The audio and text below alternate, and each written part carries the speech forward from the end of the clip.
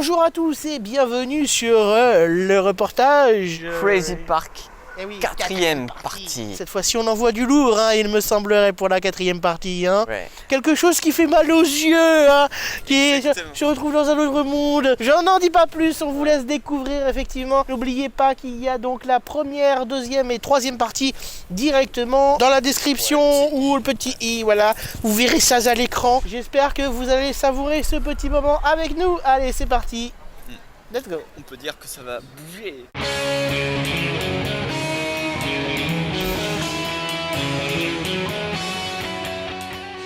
Bonjour à tous, nous sommes de retour dans le complexe du Crazy Park et cette fois-ci je suis en compagnie de Edouard. Bonjour Edouard. Bonjour. Alors ça fait plaisir en tout cas de savoir que je puisse enfin vous avoir, puisque pour commencer je voudrais vous remercier énormément de nous avoir accueillis ici, parce que franchement on passe ces quelques jours mais exceptionnels. Enfin voilà, déjà un très très grand merci.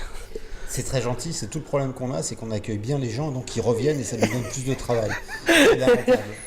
C'est ça, il faut voir à quel point ils sont débordés. Quelle est votre fonction au sein du Crazy Park ? Ma fonction, je dirige le Crazy Park. Le propriétaire des lieux, Thierry Azerat, qui est mon ami associé, avait besoin de quelqu'un pour avoir un responsable général du Crazy Park et je suis là pour ça. D'accord, et cela fait combien de temps que le Crazy Park existe ? Alors le Crazy Park en lui-même n'existe pas véritablement, c'est un nom purement commercial. Ça englobe le Dino Joe, ça englobe le Dream Foot, ça englobe les salles de réalité virtuelle, ça englobe les salles d'airsoft, ça englobe la salle de lancer de hache, lancer de couteau, lancer de shuriken, ça englobe tout.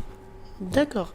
Et vous êtes ouvert vraiment à toute période de l'année ? Alors nous sommes ouverts à toutes les périodes de l'année. La réalité virtuelle et le Dino Joe le mercredi, samedi, dimanche de 10h à 19h tous les jours pendant les vacances scolaires, à l'exception des 3 premières semaines d'août. Le reste du parc est ouvert 7 jours sur 7. Il y a certaines activités qu'on fait sur réservation, notamment toutes les activités avec les armes. Qui a eu l'idée de créer ce complexe ? Thierry Azerat, le propriétaire des lieux. D'accord, parce que c'est énorme, hein. On peut voir, c'est immense. Et encore, d'après ce qu'on a vu, ça va grandir encore. Hein. Ça va encore un petit peu s'agrandir. Les murs ne sont pas extensibles, mais on arrive à trouver un petit peu de place pour faire un peu plus de choses. Quelle est la superficie du parc ? 5000 m² indoor, plus tout ce qu'il y a autour, c'est-à-dire les parkings. On a beaucoup de places de parking privées gratuites. En tout cas, merci beaucoup. Ça m'a fait très plaisir. Et puis même à Tom, hein, c'est pareil, hein, d'avoir pu tout tester. C'est énorme et merci beaucoup pour cet accueil. C'était avec plaisir, en espérant qu'on vous reverra bientôt. Merci à vous. Sur ce, on vous invite aussi à venir découvrir le Crazy Park et toutes les activités que l'on peut vous proposer, ou du moins qu'il vous propose. Merci à vous tous de nous avoir suivis et on se retrouve pour une prochaine activité.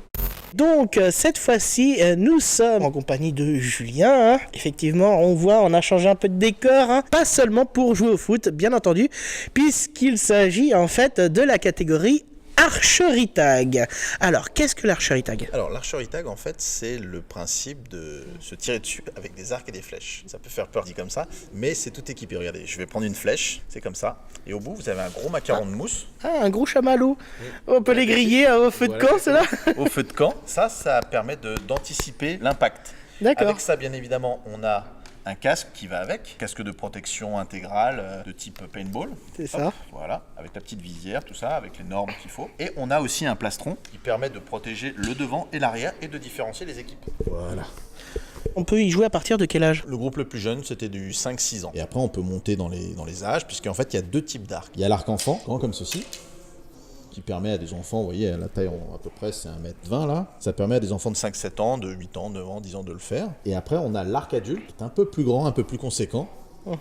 Et là, un peu plus de pression. Il faut savoir que c'est en termes de barres, qui permet de calculer la puissance d'un arc, on est sur du 12-14 barres, ce qui est beaucoup moins important que ce qui est pratiqué dans le vrai tir à l'arc. Alors, est-ce qu'on peut jouer en équipe ou jusqu'à combien maximum ? Alors, nous, on fait des animations à 10 personnes maximum pour que ce soit pas non plus trop serré sur un terrain qui fait à peu près 330 m², où on a gonflé des obstacles qui permettent de se cacher. Je suis aussi avec eux pour vérifier que ça triche pas, pour vérifier les consignes de sécurité, et puis aussi pour animer un petit peu, parce qu'on a différents modes de jeu. Sur le principe de la balle aux prisonniers, une équipe de chaque côté, on se touche, on est éliminé. Je peux rajouter une cible au milieu, et le but c'est de dégommer les cibles à l'intérieur pendant que l'autre équipe vous tire dessus. Et puis mon petit préféré, c'est le Battle Royale, ça les gens ils adorent. C'est une flèche par personne, chacun pour soi, et à la fin il n'en reste qu'un. D'accord, et ben comme dirait... Mais à la fin, il n'en restera qu'un. La petite référence à Highlander, bien entendu. Ah! On se retrouve effectivement pour voir l'activité et on se retrouve pour une prochaine. À plus tard. Il ne peut en rester qu'un. Alors Dave, je vais te montrer rapidement les bases. D'accord. Alors, comment encocher sa flèche? Il suffit de la poser comme ça et de le clipser donc directement dessus. Tu tends le bras, D'accord. chercher derrière toi Ok. et tu tires. Et tu tires. Ok. Bien évidemment, pour ceux qui nous regardent, on a les masques normalement. Oui, et puis normalement on tire sur les gens. Là on tire dans le vide. Oula, joli. Joli. Je l'ai eu. Je tiens à préciser avant, donc effectivement l'activité c'est pas réellement ce qu'on est en train de faire. On va juste viser, on va dire les plots, si je peux appeler ça comme ça, c'est comme ça que ça est gonflable. Mais en fait en réalité c'est un jeu où faut se tirer dessus, faut se cacher derrière, enfin voilà. Mais étant donné, voilà, c'est pas évident. Allez, c'est parti, let's go.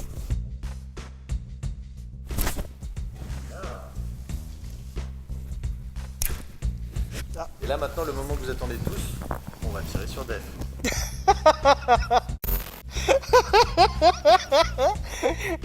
Pas mes bijoux.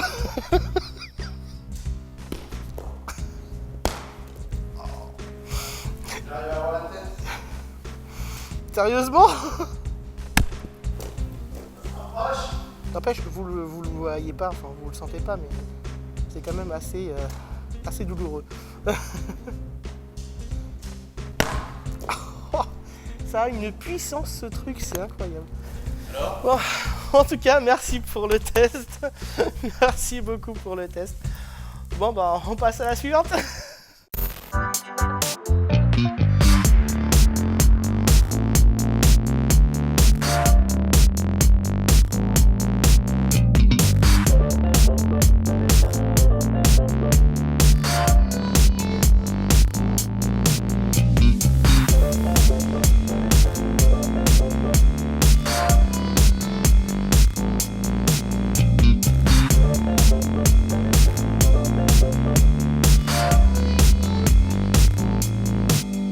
Bienvenue sur le stand VR, je suis en compagnie d'Edouard. Bonjour. Alors, qu'est-ce que la VR concrètement? Une nouvelle technologie adaptée au public ou aux professionnels. En l'occurrence ici, c'est pour le grand public. Uniquement pour s'amuser, pour le fun. Et ça veut dire réalité virtuelle, c'est ça? Ça veut dire réalité virtuelle. D'accord. Virtual reality en anglais. Quelles sont les précautions à prendre pour utiliser la VR? Il n'y a pas véritablement de précaution, il n'y a aucune loi, il n'y a aucun texte de loi. Femme enceinte interdite, épileptique, cardiaque, on oublie. Si vous êtes alcoolisé, oubliez, à moins que vous ayez envie de vomir, parce que vous aurez automatiquement des nausées. Si vous êtes à jeun, c'est la même chose, oubliez, il ne faut pas venir à jeun. Il faut avoir dormi correctement, il ne faut pas être fatigué. En dehors de ça, il n'y a absolument aucune contre-indication. D'accord. En fait, aussi on peut avoir le mal de la VR. Effectivement, et notamment les hommes, plus ils avancent dans l'âge, c'est une question d'oreille interne, ont des troubles. Comme s'ils montaient sur un bateau, ils ont des nausées. C'est rare, mais ça peut arriver. Quelles sont les différentes attractions qu'on trouve ici? Il y en a énormément. Alors, en premier, il y a les films de réalité virtuelle sur des simulateurs de réalité virtuelle que vous pouvez voir derrière vous, où vous aurez des très très grosses sensations physiques, des choses qu'on ne rencontre pas dans la vie de tous les jours, ni même dans la vie tout court. Après, vous avez des stands de tir où vous allez vous faire tirer dessus et tirer sur plein de choses, des zombies, des cow-boys, des extraterrestres, des mercenaires, des soldats. Vous avez un simulateur de vol, on a tous rêvé de voler. Là, vous allez véritablement voler. Ça nécessite un peu de force physique parce que ça fait travailler les épaules, donc les enfants ne peuvent pas passer dessus. C'est un truc incroyable. Nous avons une véritable Subaru de rallye, une vraie Citroën C4 de rallye en réalité virtuelle. On est les seuls au monde à avoir ça. Donc ça, c'est si vous avez envie de piloter en rallye, énorme immersion. Très bientôt, on va avoir un nouveau simulateur qui sera unique au monde, où là, ça sera des sensations démultipliées par rapport à ce qu'il existe à l'heure actuelle, que ce soit en France, en Europe ou dans le monde entier. On le fait fabriquer spécialement pour nous. Et puis des Formule 1 en simulation de conduite. Et très bientôt, il y en aura une aussi en réalité virtuelle. Ah, c'est cool parce que étant fan de jeux vidéo et de voitures, c'est vrai qu'il y a pas mal de véhicules, on peut pas mal s'amuser et à mon avis, je pense que quand je vais conduire, je vais vraiment en prendre plein la vue. Le terme en prendre plein la vue est bon, effectivement, c'est le bon terme. Voilà. Et puis aucun risque. Absolument aucun risque, on peut faire plein de choses et on ressortira totalement indemne, on gardera ses points, vous allez bien vous amuser. On peut faire plein d'accidents, il n'y aura pas de risque à part pour... Alors une fois, ça m'est arrivé une fois, j'ai un type sur une des voitures en rallye, il me faisait appeler toutes les 30 secondes parce qu'il se plantait, je suis allé regarder ce qu'il faisait, et en réalité il rentrait dans la foule, un fou, et il m'a expliqué que ce qu'il ne pouvait pas faire dans la vie réelle, il le faisait chez nous. Alerte psychopathe. Regarde maman, un psychopathe.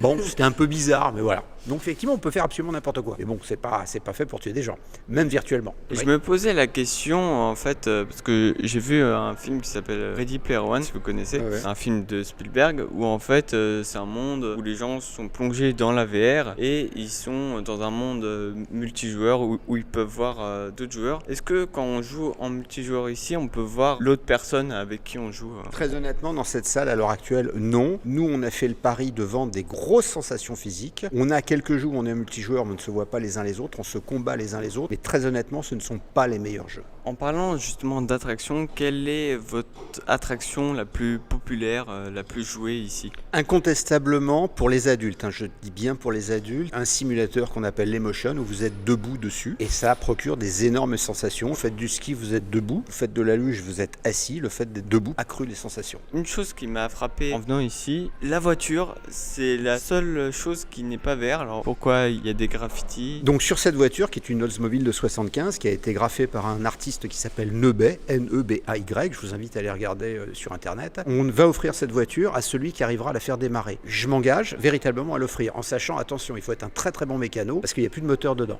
Donc ça me coûte rien de le dire, mais s'il y en a un qui arrive à la faire démarrer sans moteur, on lui offre la voiture. Ça va être difficile en effet. Faut ramener un moteur, là on pourra la faire bouger. Et ben en tout cas, merci Edouard d'avoir répondu à mes questions. On se retrouve tout de suite pour les activités virtuelles.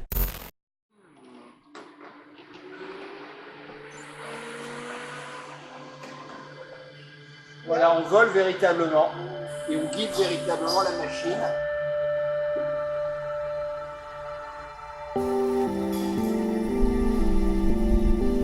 Ah oui, ça donne vraiment l'impression en fait, hein.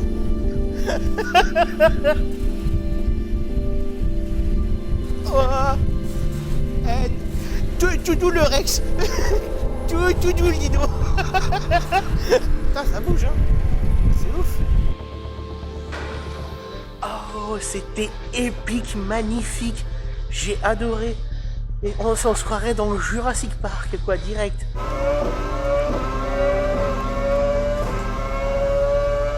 Putain, il y a l'IA à côté. Je vais essayer de doubler l'autre.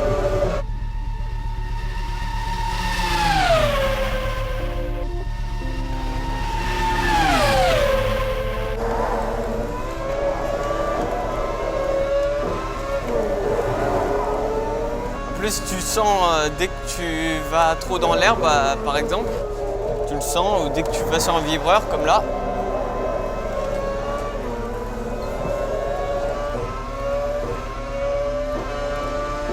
Alors, l'effet. La sensation, elle est là. Ah, c'est génial.